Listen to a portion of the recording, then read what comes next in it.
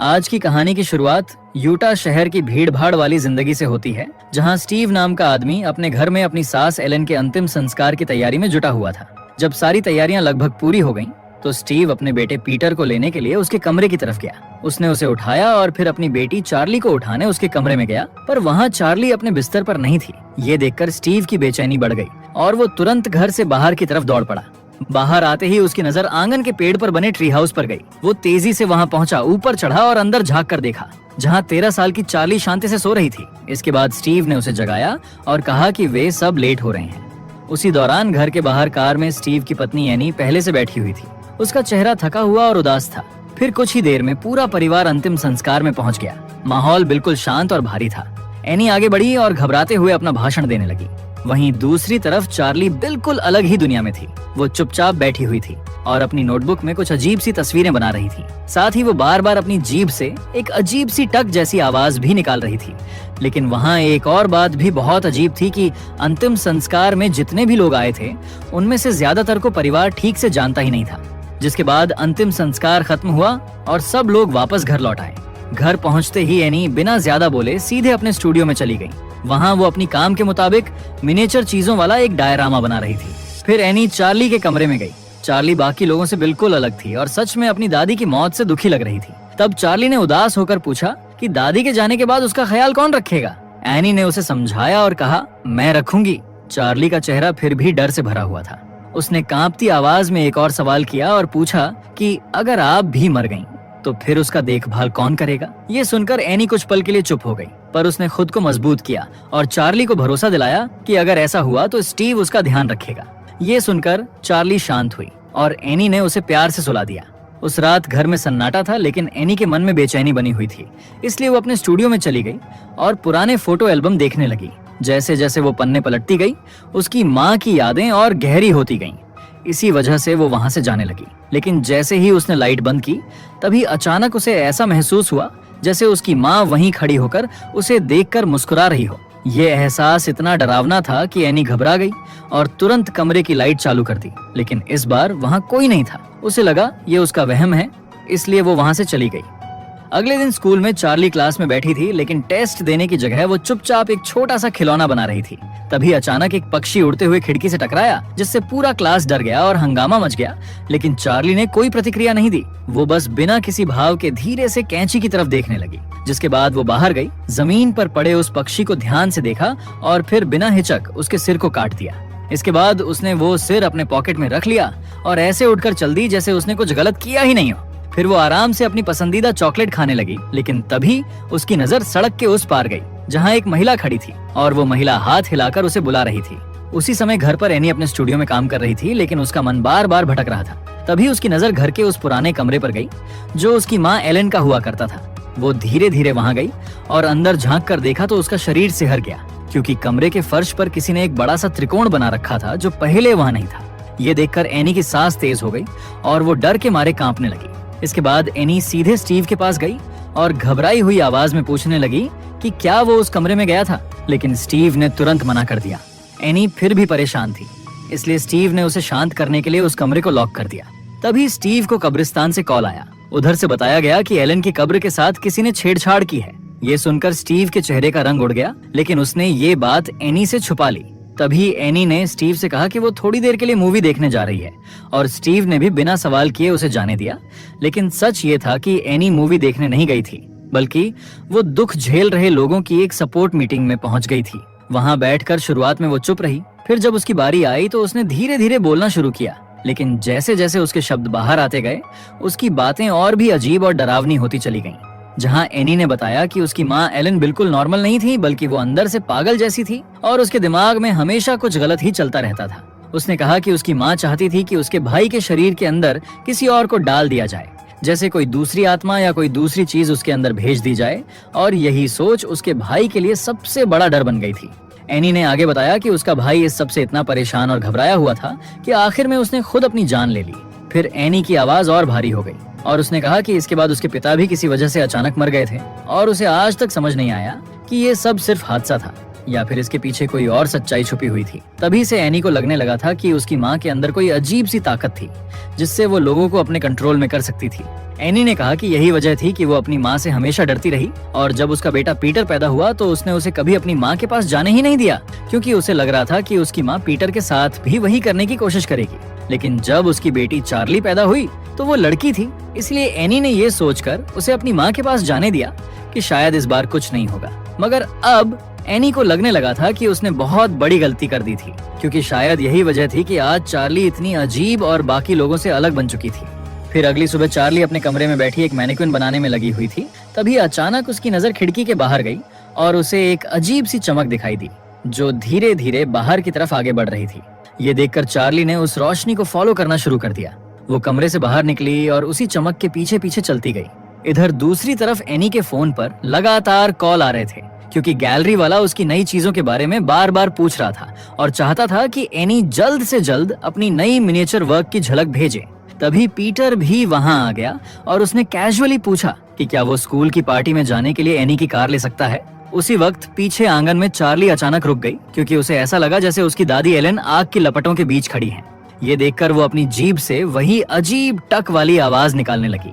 उसी समय एनी की नजर बाहर गई और उसने देखा कि चार्ली ठंड में अकेली बाहर खड़ी है। एनी तुरंत दौड़कर वहां पहुंची और बिना देर किए चार्ली को जबरदस्ती अंदर खींच लाई।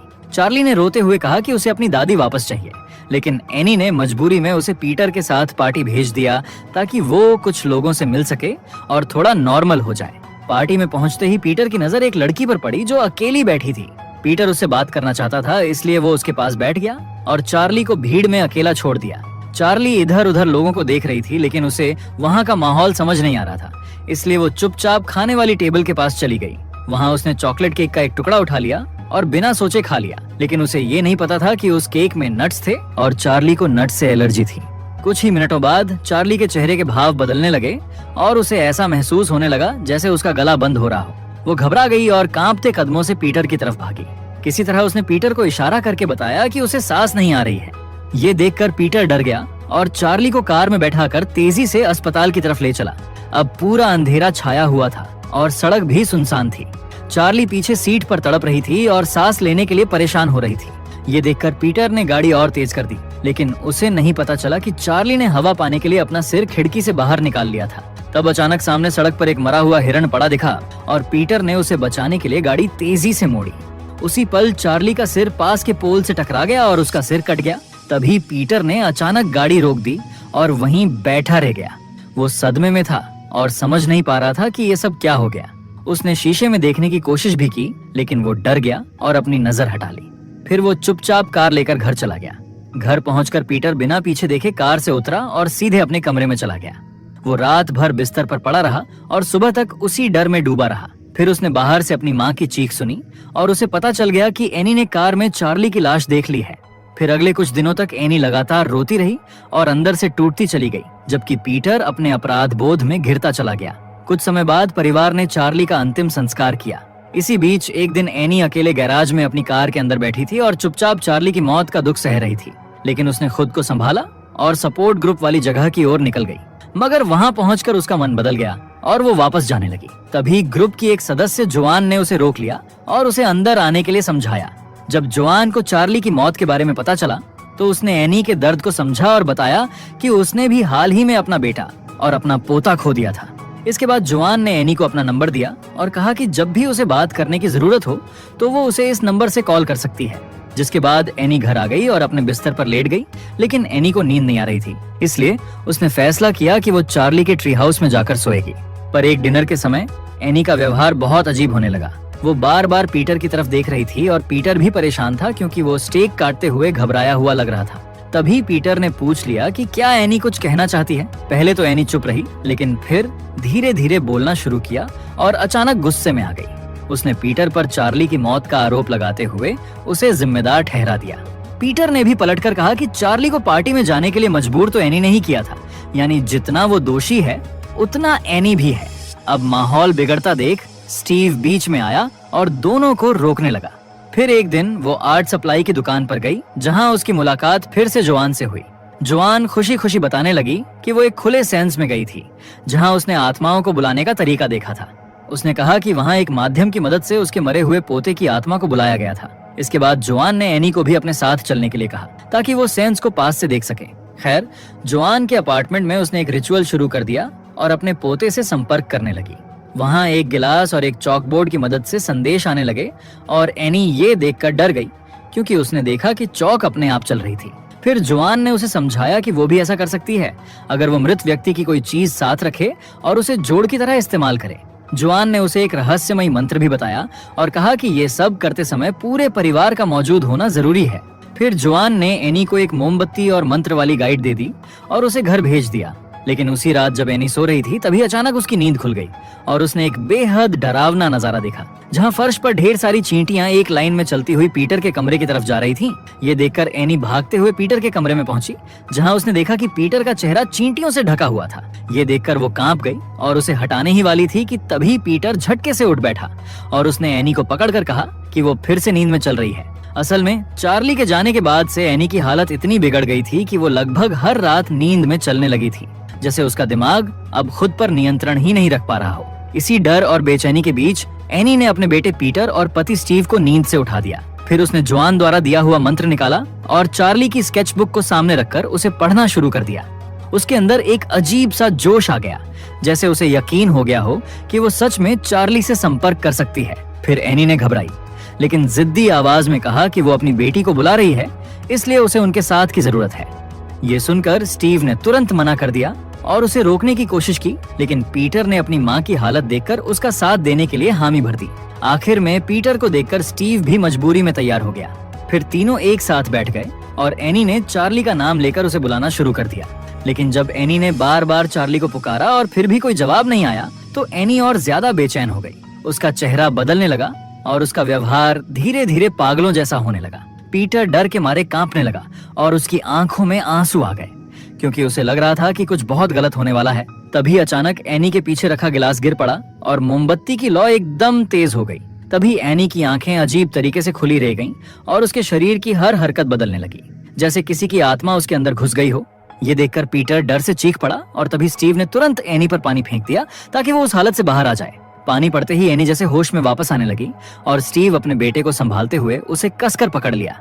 फिर उस रात पीटर अपने कमरे में अकेला पड़ा था, लेकिन उसके अंदर डर लगातार बढ़ता जा रहा था। तभी अचानक उसे अपने सामने अपनी मरी हुई बहन चार्ली दिखाई दी। ये देखकर पीटर की सांसें रुक गईं। उसे पहली बार सच में महसूस हुआ कि घर में कुछ बहुत गलत हो रहा है। उसी पल उसे उसका मरा हुआ कुत्ता दिखाई दिया जो बहुत साल पहले मर चुका था। ये देखकर पीटर और भी ज्यादा डर गया। तभी किसी ने पीछे से उसका सिर पकड़ लिया। अब पीटर बिस्तर पर ही पड़े पड़े चीखने लगा और खुद को छुड़ाने की कोशिश करने लगा। उसी समय एनी दौड़ते हुए कमरे में पहुंची। पीटर डर और गुस्से में कांप रहा था और उसने तुरंत एनी पर आरोप लगा दिया कि वो फिर से नींद में चल रही थी और उसी ने ही उसे मारने की कोशिश करी होगी। ये सुनते ही एनी चौंक गई। उसने पीटर से कहा कि उसने कुछ नहीं किया। फिर एनी ने पीटर को घबराई हुई आवाज में चेतावनी दी कि वो ये बात स्टीव को बिल्कुल न बताए क्योंकि घर में कुछ बहुत अजीब चल रहा है और उसे लग रहा है कि सिर्फ वही इसे रोक सकती है। ये कहकर एनी का दिल और ज्यादा बेचैन हो गया और वो तेजी से चार्ली के कमरे की तरफ चली गई। वहां पहुंचते ही उसकी नजर उसी स्केचबुक पर पड़ी जिसे उसने पहले उस रिचुअल के लिए इस्तेमाल किया था। एनी ने कांपते हाथों से उसे खोला, लेकिन अगले ही पल उसकी आंखें फटी रह गईं क्योंकि उस स्केचबुक के पन्नों में पीटर की ड्राइंग बनी हुई थी और वो भी ऐसी जैसे उन चित्रों में पीटर की मौत दिखाई जा रही हो। उसी पल एनी को समझ आ गया कि उसने जिस आत्मा को बुलाया था वो चार्ली की आत्मा नहीं थी, वो कोई और ही चीज थी, कोई खतरनाक और बुरी ताकत जो अब उनके घर में घुस चुकी थी और पीटर को निशाना बना रही थी। ये एहसास होते ही एनी और घबरा गई। उसने बिना देर किए स्केचबुक उठाई और उसे जलाने के लिए आग में फेंक दिया ताकि वो सब कुछ वहीं खत्म हो जाए। लेकिन जैसे ही स्केचबुक जलने लगी उसी पल एनी के हाथ में भी जलन होने लगी, जैसे वो किताब और उसका शरीर किसी अजीब रिश्ते से जुड़े हों। एनी दर्द से चिल्लाई और समझ गई कि अगर किताब पूरी तरह जली तो उसे भी नुकसान होगा, इसलिए मजबूरी में उसने आग से किताब को बाहर निकाल लिया। फिर अगले दिन एनी मदद लेने के लिए जोआन के पास पहुंची, लेकिन वहां जोआन मौजूद नहीं थी। लेकिन एनी को यह बिल्कुल पता नहीं था कि जोआन के अपार्टमेंट के अंदर जादू टोने और तंत्र मंत्र की चीजें थीं और ऊपर से वहां एक फोटो भी थी जिसमें पीटर को एक धार्मिक त्रिकोण के बीच दिखाया गया था और उसके पास चार्ली के बनाए हुए अजीब क्राफ्ट रखे हुए थे। तभी एनी की नजर जोआन के कारपेट पर बने एक निशान पर गई। ये देखकर वो घबराई और तुरंत घर वापस भागी। घर पहुंचते ही एनी ने एलन की चीजों में छानबीन शुरू कर दी, क्योंकि अब उसे यकीन हो गया था कि ये सब उसकी माँ से जुड़ी है। खोजते खोजते उसे एक किताब मिली जिसमें लिखा था कि एक दानव सबसे कमजोर इंसान के शरीर में आसानी से घुस सकता है, और जिस निशान को एनी ने जुआन के घर के बाहर देखा था वो उसी दानव से जुड़ा हुआ था। एनी ने किताब के पन्ने पलटे तो उसमें कुछ तस्वीरें भी मिली जिनमें जोआन और एलन साथ दिखाई दे रही थीं। अब एनी को साफ समझ आ गया कि जोआन और उसकी माँ दोनों एक गुप्त समूह का हिस्सा थीं, जो धन और ताकत के लिए उस दानव को बुलाने की पूजा करता था और उसे किसी पुरुष के शरीर में डालना चाहता था। ये सब पढ़ते पढ़ते एनी का दिमाग सुन्न हो गया, क्योंकि उसे महसूस हुआ कि उसका पूरा परिवार किसी बहुत बड़े जाल में फंस चुका है। फिर भी उसने किसी तरह खुद को संभाला और एलन की बाकी चीजों को छुपाने के लिए अटारी की तरफ चली गई, ताकि कोई और उन चीजों को हाथ न लगाए। लेकिन जैसे ही वो अटारी में पहुंची, उसके कदम वहीं रुक गए और उसका शरीर कांप उठा, क्योंकि वहां उसे एलन का सिर कटा हुआ शरीर पड़ा मिला और उसके पास ही वहीं खतरनाक निशान बना हुआ था। इसी दौरान क्लास में बैठे पीटर को फिर से चार्ली की जीभ वाली क्लिकिंग आवाज सुनाई दी। तब अचानक पीटर का हाथ अपने आप उठ गया, जैसे उसे द्वारा पड़ रहा हो। फिर बिना किसी चेतावनी के उसने अपना सिर जोर से डेस्क पर मार दिया। दूसरी बार सिर टकराने के बाद पीटर को होश आया और वो दर्द और डर से चीख पड़ा। क्लास में मौजूद बच्चे भी ये देखकर घबरा गए और किसी को समझ नहीं आया कि पीटर के साथ ये क्या हुआ था। दूसरी तरफ स्टीव अब एनी की हालत देखकर सोचने लगा कि शायद उसे किसी इलाज केंद्र में भेज देना चाहिए। तभी पीटर के स्कूल से कॉल आ गया कि उसके बेटे के साथ कुछ भयानक हुआ है। स्टीव घबराकर पीटर को लेने पहुंचा और उसे घर ले जाने लगा। रास्ते में वो लगभग एक्सीडेंट कर बैठा। उस पल स्टीव का सब्र टूट गया। उसने गाड़ी रोककर खुद को संभालने की कोशिश की, लेकिन उसकी आंखों से आंसू निकल आए। वो टूट कर रोने लगा, क्योंकि उसे लग रहा था कि उसका परिवार लगातार एक बुरे दौर में फंसता जा रहा है और वो चाहकर भी किसी को बचा नहीं पा रहा। घर आने के बाद पीटर सो गया और तब एनी ने स्टीव को बताया कि अटारी में एलन का शरीर पड़ा है और उसका सिर कटा हुआ है। स्टीव को विश्वास नहीं हुआ, लेकिन जब वो ऊपर गया तो उसने सच में वही देखा। ये देखकर वो सन्न रह गया और सोचने लगा कि एनी ने पुलिस को कॉल क्यों नहीं किया। एनी ने कहा कि पुलिस उनकी मदद नहीं कर पाएगी।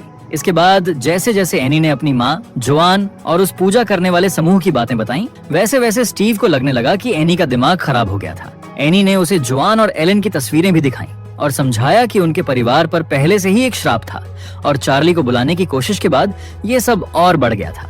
एनी घबराई हुई हालत में बार बार यही कहती रही कि उनके घर में कोई बहुत बुरी ताकत आ चुकी है। अंत में एनी ने स्टीव को बताया कि ये सब चार्ली की स्केचबुक से जुड़ा है और अगर वे पीटर को बचाना चाहते हैं तो स्टीव को उसी स्केचबुक को जलाना पड़ेगा। लेकिन स्टीव ने इसे पागलपन समझा और कहा कि एनी को इलाज की जरूरत है, और उसने स्केचबुक जलाने से मना कर दिया। मगर एनी को लगा कि अब उसके पास कोई रास्ता नहीं बचा, इसलिए उसने खुद ही स्केचबुक आग में फेंक दी, ये मानते हुए कि अब वो फिर से जलने लगेगी। लेकिन इस बार ऐसा नहीं हुआ। इस बार स्टीव अचानक आग पकड़ बैठा और देखते ही देखते जलने लगा। एनी डर से चीख भी नहीं पाई और बस कांपती हुई उसे देखती रह गई। उसी पल एनी के चेहरे और आंखों में फिर से अजीब बदलाव आने लगा, जैसे उस पर फिर से किसी आत्मा का कब्जा हो रहा हो। थोड़ी देर बाद पीटर की नींद खुली और उसे पता ही नहीं चला कि उसकी माँ हवा में तैरती हुई उसके पीछे खड़ी थी। जब पीटर नीचे की ओर चला गया तो उसे नीचे स्टीव का जला हुआ शरीर पड़ा मिला। ये देखकर पीटर रोने लगा। तभी उसे पीछे से कुछ आवाजें सुनाई दी और उसने एक अजीब सा नंगा आदमी देखा जो उसे देखकर मुस्कुरा रहा था। इसके बाद एनी, जो अब पूरी तरह नियंत्रण में नहीं थी, पीटर के पीछे दौड़ पड़ी और पीटर भागकर अटारी की तरफ भागा। उसने वहां जाकर दरवाजा बंद कर लिया, लेकिन एनी ने दरवाजे के बाहर से अपने सिर को जोर जोर से दरवाजे पर मारना शुरू कर दिया, जिससे पूरा घर डरावना लगने लगा। तभी पीटर ने मक्खियां, मोमबत्तियां और जमीन पर अपनी एक फोटो देखी। ये देखकर पीटर ने खुद को थप्पड़ मारा, क्योंकि उसे लगने लगा कि ये सब एक सपना है। लेकिन तभी उसे एक अजीब आवाज सुनाई दी। जब उसने ऊपर देखा तो उसने एनी को हवा में तैरते हुए देखा, जो अपने गले में रस्सी डालकर खुद को मारने की कोशिश कर रही थी।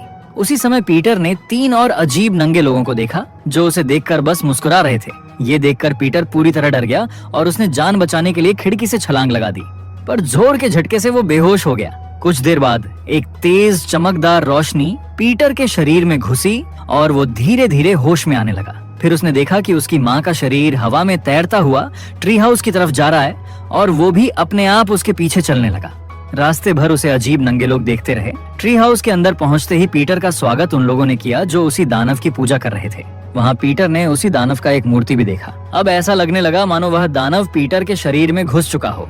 और उसी समय उनमें से कोई आगे आया, उसने पीटर के सिर पर मुकुट रखा और उसे नरक के राजाओं में से एक घोषित कर दिया। इसके बाद जोआन और बाकी भक्त उसके सामने झुक गए और उसे अपना नया शासक मानकर उसकी पूजा करने लगे। और यहीं पर यह कहानी खत्म होती है।